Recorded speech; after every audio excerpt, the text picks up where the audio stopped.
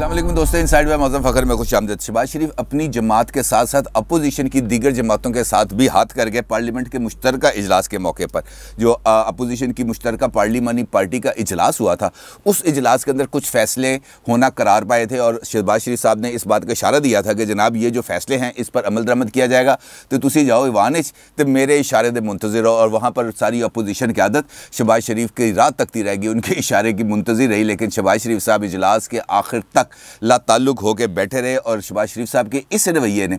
ना सिर्फ अपोजिशन की जो दीगर जमातें हैं उनकी क़यादत और उनके अरकान को हैरान कर दिया, बल्कि ख़ुद मुस्लिम लीग नून की जो अरकान असम्बली है, जो सैनेटर्स हैं, उनको परेशान कर दिया। क्योंकि इस इजलास के अंदर, ये जिसका मैं आपसे जिक्र कर रहा हूँ, जो पार्लिमानी पार्टी का मुश्तरका इजलास हुआ था, उसमें जो दीगर माहिरीन कानून थे जो पीपल्स पार्टी से ताल्लुक़ रखते थे या जो है JUI से ताल्लुक़ रखते थे, उनके साथ साथ ख़ुद मुस्लिम लीग नून से ताल्लुक़ रखने वाले बड़े नामवर कानूनदानों ने भी शहबाज शरीफ साहब और दीगर अपोजिशन क़यादत को मुश्तरका इजलास के अंदर हिकमत अमली के लिए ब्रीफिंग दी थी और उनको कुछ मशवरे दिए थे ताकि आगे बढ़कर उसका फ़ायदा उठाया जा सके। तो इस सूरत हाल में सवाल पैदा होता है कि पार्लियामेंट के मुश्तरका इजलास के मौके पर मुतहदा अपोजिशन के इजलास में तय क्या पाया था, मतलब वो क्या चीज़ थी जो तय पाई थी। और वो कानूनदान जो अरकान पार्लियामेंट भी हैं, उन्होंने शहबाज शरीफ साहब और अपोजिशन की दीगर क़यादत को क्या मशवरा दिया था और शहबाज शरीफ साहब ईवान में आकर उस पॉलिसी से क्यों पीछे हट गए। ये है वो सूरत हाल जो आज आपके साथ एक बड़ी एक्सक्लूसिव इनसाइड आपके साथ शेयर करनी है। लेकिन इस सारी सूरत हाल पर बात करने से पहले आज जो भी सेनेट से कुछ ये नमाज जुमा से पहले जो एक डेवलपमेंट हुई है वो बहुत ज़्यादा इंपॉर्टेंट है, क्योंकि नैब ये जो सेनेट है, सेनेट के अंदर जो चेयरमैन सेनेट साहब है सादिक संजरानी साहब, इन्होंने हुक्मरान जमात के साथ मिलकर सेनेट के इजलास के अंदर अपोजिशन के साथ हाथ कर दिया। हाथ इस तरीके से किया, यानी शहबाज शरीफ साहब भी हाथ कर गए और सादिक संजरानी साहब भी हाथ कर गए। हुआ ये कि सादिक संजरानी साहब की मौजूदगी के अंदर, चूँकि आज अपोजिशन की जो तादाद थी वो सेनेट के अंदर निस्बतन कम थी और हुकूमती अरकान पूरे थे, क्योंकि उन्होंने वारदात डालनी थी, लिहाजा उन्होंने अपने बंदे वहाँ पे पूरे रखे। और इस सारे चक्कर के अंदर सेनेट ने इमरान खान की हुकूमत को NRO देने का जो बिल है उसकी मंजूरी दे दी, यानी नैब ऑर्डिनेंस की मंजूरी दे दी। और ये मामला इस कदर दिलचस्प है कि आप भी सुनेंगे तो आप ना सिर्फ हैरान रह जाएंगे, बल्कि अपोजिशन की क़यादत की पर अकल, उनकी जो अकल है उस पर मातम करने को आपका भी दिल करेगा कि यार ऐसी की बंदे चुन के ऊपर भेजे ने। मामला ये था कि आज हुकूमत ने जो एजेंडा जारी किया था सेनेट इजलास का,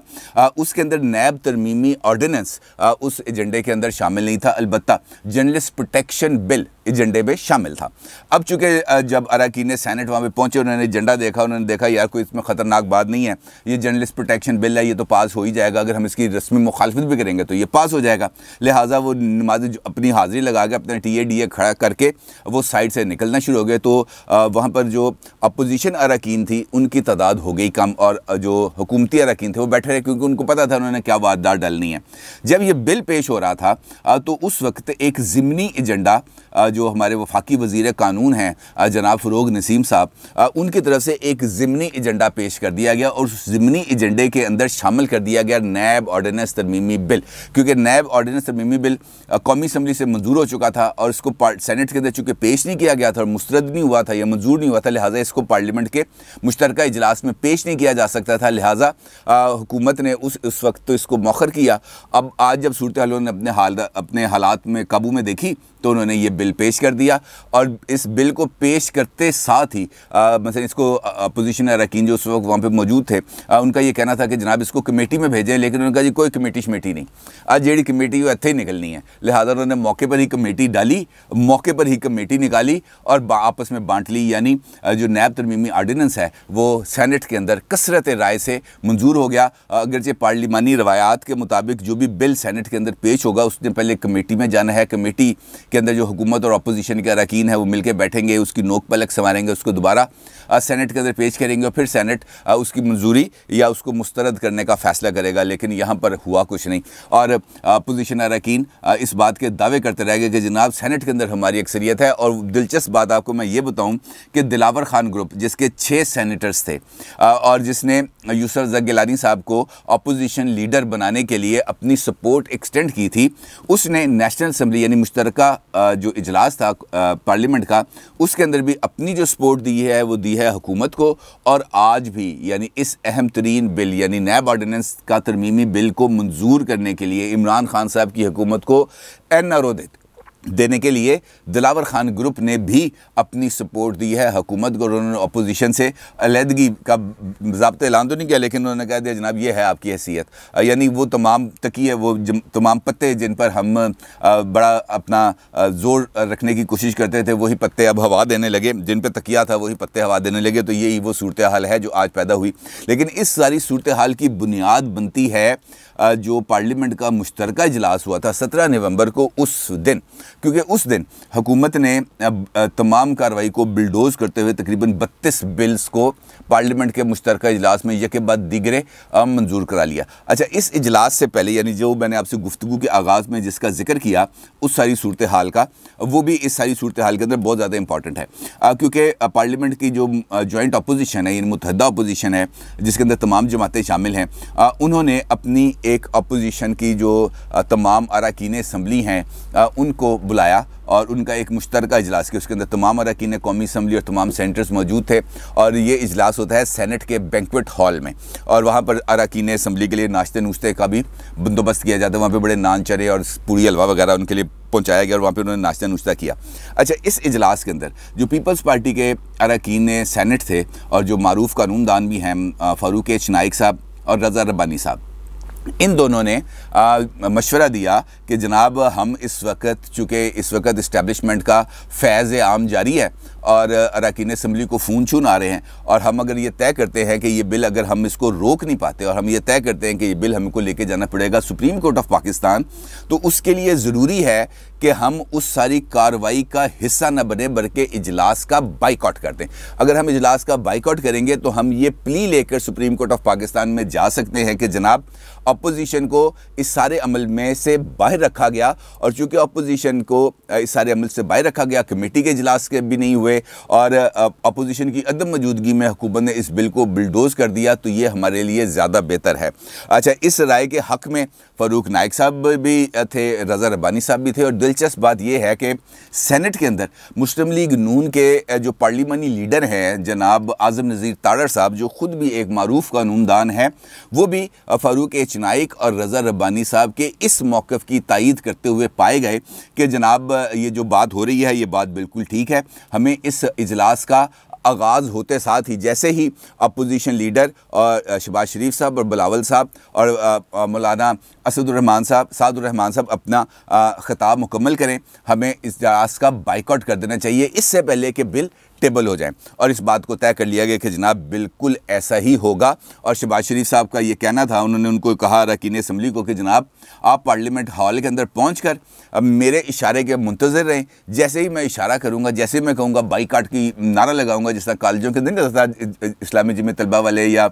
MSF वाले PSF वाले आ जाते थे, बाइकआउट के नारे लगाना शुरू कर देते थे। अब मुझे नहीं पता कॉलेजों में ऐसा होता है या नहीं, लेकिन हमारे दौर में ऐसे ही होता था। तो उन्होंने कहा जी मैं बाइकआउट का नारा लगाऊंगा, और जब बाइकआउट का नारा लगाऊंगा तो हम सब उठ के बाहर आ जाएंगे। तय होगी बात। सब लोग आ गए पार्लियामेंट के अंदर, और आते साथ ही जिस तरीके से तलावत हुई, फिर नाते रसूल मकबूल सल्लल्लाहु अलैहि वसल्लम पेश की गई, और उसके बाद कार्रवाई का आगाज़ हुआ। कार्रवाई का आगाज़ होते ही बाबर अवान साहब ने इस बिल को डेफर करने का ऐलान कर दिया। उन्होंने कहा जी इस बिल को डेफर करते हैं क्योंकि अपोजिशन स्पीकर साहब से बात करना चाहती है। तय हो गया। शहबाज शरीफ साहब ने एक लंबी चौड़ी तकरीर की, और उसके बाद फिर बिलावल साहब ने तकरीर की, दीगर अरकान असम्बली ने तकरीर की, और उनकी तकरीर ख़त्म होने के बाद तय पाया था कि शहबाज शरीफ साहब ने बाइकआउट का ऐलान करना है। लेकिन शहबाज शरीफ साहब की तरफ से बाइकआउट का ऐलान नहीं हुआ। अरकान असम्बली वहाँ पर बैठे रहे, और उसके बाद जो बिल है एक के बाद एक बिल पेश होता रहा, एक के बाद एक बिल मंजूर होता रहा, और वहाँ पर यह खबर फैला दी गई जिसकी तस्दीक ख़ुद शहबाज गिल साहब ने की है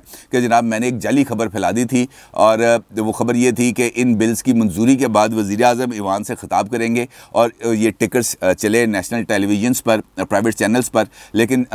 इमरान खान साहब ने चूँकि उस पर ख़िताब करना ही नहीं था, लेकिन अपोजिशन ये समझी कि इमरान खान साहब ने ख़िताब करना, लिहाजा वो बैठे रही और ख़िताब भी नहीं और अपोजिशन के साथ हो गया। ये उन्होंने फवाद चौधरी साहब के साथ खड़े होकर इस बात का इतराफ़ किया नेशनल मीडिया के सामने आकर। अच्छा खैर, शहबाज शरीफ साहब बैठे रहे और अरकान असम्बली उनकी तरफ देखते रहे और मुंतज़िर रहे कि जनाब शहबाज शरीफ साहब कब इशारा करते हैं, कब इशारा करते हैं, कब इशारा करते हैं। इस सारी सूरत हाल के अंदर इजलास गुजर गया, शहबाज शरीफ साहब की तरफ से इशारा नहीं हुआ। और इस सूरत हाल ने अपोजिशन को ख़ास तौर पर जो मुस्लिम लीग नून के अंदर भी इस पर बड़ी एक बहस शुरू होगी कि जनाब ये ऐसा क्यों हुआ, और अपोजिशन के जो दीगर जमातें हैं वहाँ पर भी इस बारे में सवाल जवाब शुरू हो गया कि जनाब ये क्या सूरत हाल बनी, हमने तो बाइकआउट करना था, हमने ये तय किया था, लेकिन शहबाज शरीफ साहब चूँकि लीडर ऑफ द अपोजिशन है उनकी तरफ से इशारा ही नहीं आया। तो जो इशारे हैं वो इसी सिमत में जा रहे हैं कि शहबाज शरीफ साहब ने शायद किसी के कहने पर, किसी की फ़ोन कॉल पर जो वो शख्सियत हो सकता है कि फैज़ मीर साहब ही हों, तो उनके कहने पर या उनके किसी और ताल्लुक़ वाले के कहने पर उन्होंने ये इजलास है इसका बाइकआउट नहीं किया और इनडायरेक्टली उन्होंने पीटीआई की गवर्नमेंट को अपनी ऐसी सपोर्ट फराहम कर दी जिसके नतीजे में अगर ये बिल चैलेंज किया जाता है सुप्रीम कोर्ट ऑफ पाकिस्तान में तो वहाँ पर अपोजिशन के पास इस बिल के ख़िलाफ़ अपने आर्गूमेंट्स को बिल्ड करने में खासी मुश्किलात का सामना करना पड़ेगा, क्योंकि वहाँ पर पूछा जाएगा, सवाल होंगे कि जनाब आप इस इजलास में शरीक थे? हाँ जी शरीक थे। जी आपने ज़ाहिर ख्याल किया? हाँ जी हमने ज़ाहिर ख्याल किया। उन्होंने कहा जी कमेटी में बिल गया था? उन्होंने कहा जी हाँ जी गया था। वहाँ पर आपने बात की जनाब ना कभी हम नहीं आए कभी वो नहीं आए। तो ये सूरत हाल इस किस्म की बन जाएगी जहाँ पर अपोजिशन के लिए खासा प्रॉब्लम बन सकता है। ये खुद चूँकि अपोजिशन के अरकान असम्बली का कहना है, लिहाजा ये जो सूरत हाल है ये कुछ ज़्यादा बेहतर तरफ जाती, बेहतर सिमत में जाती नज़र नहीं आती। और अभी तो चूँकि आज जुमा है और जुमे वाले दिन आज नमाज जुमा के बाद जो इलामा खादिम हुसैन रिजवी साहब मरहूम हैं उनकी जो सालाना उर्स की तकरीबात हैं उनका आगाज़ हो जाएगा। 3 रोज़ा ये तकरीबात हैं जिसमें हाफ़िज़ साद रिजवी साहब भी बनफ़्स नफ़ीस अपनी रिहाई के बाद उसके अंदर शिरकत करेंगे। और इस वक्त जो सूरत हाल है वहाँ पर वो